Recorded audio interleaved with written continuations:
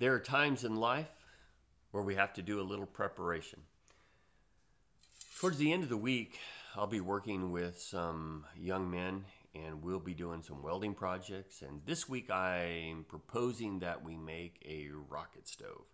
So this is just going to be a vertical square tube, and then we're going to take a 45-degree angle and weld it onto the side. We'll cut an opening into this vertical, and then we'll have an air inlet on this side over here. And on the top, we're going to create kind of a grate to hold a cast iron skillet and then a base on the bottom. Rocket stoves can be very, very handy if you're doing a camping situation, or if you're in a situation where there's a power outage and you need to be able to heat up some food, boil some water. You use a small amount of fuel, some sticks or something like that, and they're just phenomenal little things. There's a variety of designs, and we're going to try this one. And I would imagine that over the years, as we attempt these, we'll try to perfect them as much as we can, but we're trying to learn from other people. I really enjoy spending time with these young men. It is great to connect with them. Now, part of the preparation is taking some of the steel that's been donated. This is a piece of 4-inch square tubing. It was actually my neighbor's mailbox stand that got hit by a truck, and so we replaced that.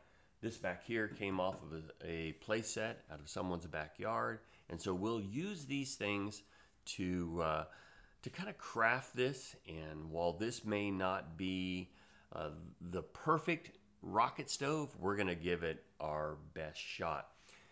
Preparation.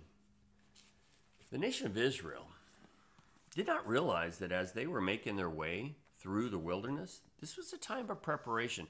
God was preparing them from their transition of bondage to freedom, from their position of lowliness to be elevated as God's people in this promised land. Now, they weren't really seeing this as a time of preparation, and so they began to drift backwards into perversion and worshiping the idols that came out of Egypt. And so this did not set well with God. God had promised them that they would have a possession, and God was going to make good on his promise. However, they wouldn't experience his presence.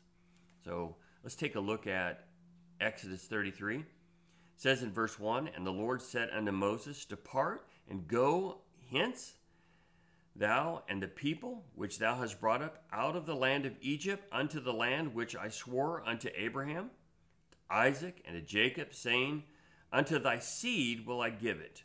And I will send an angel before thee, and I will drive out the Canaanites, and the Amorites, and the Hittites, and the Perizzites, and the Hivites, and the Jebusites, unto the land flowing with milk and honey. For I will not go in thy midst of thee, for thou art a stiff-necked people, lest I consume them in the way."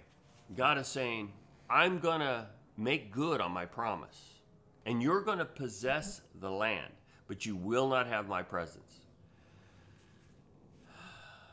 The people responded somewhat emotionally, and this disturbed them a bit.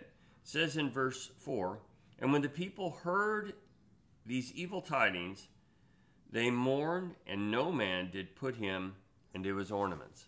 And so this upset the people. Tomorrow, we're going to take a look at really the heart of Moses, and this is going to be awesome.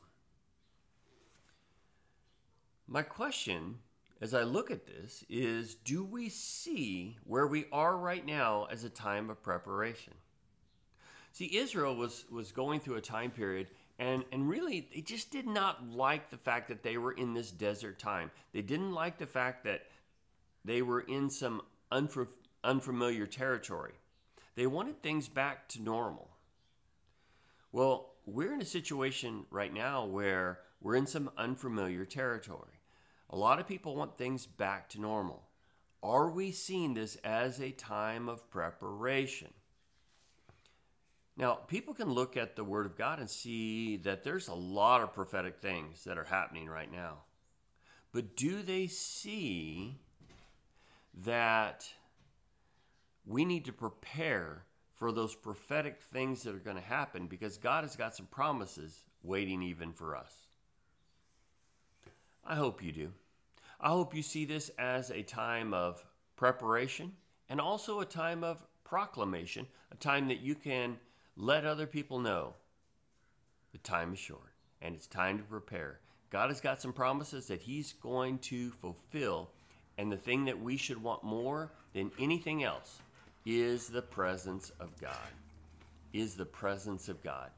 I hope that's what you want. May God bless you as you seek His presence. Cody wants my presence right now. God bless you.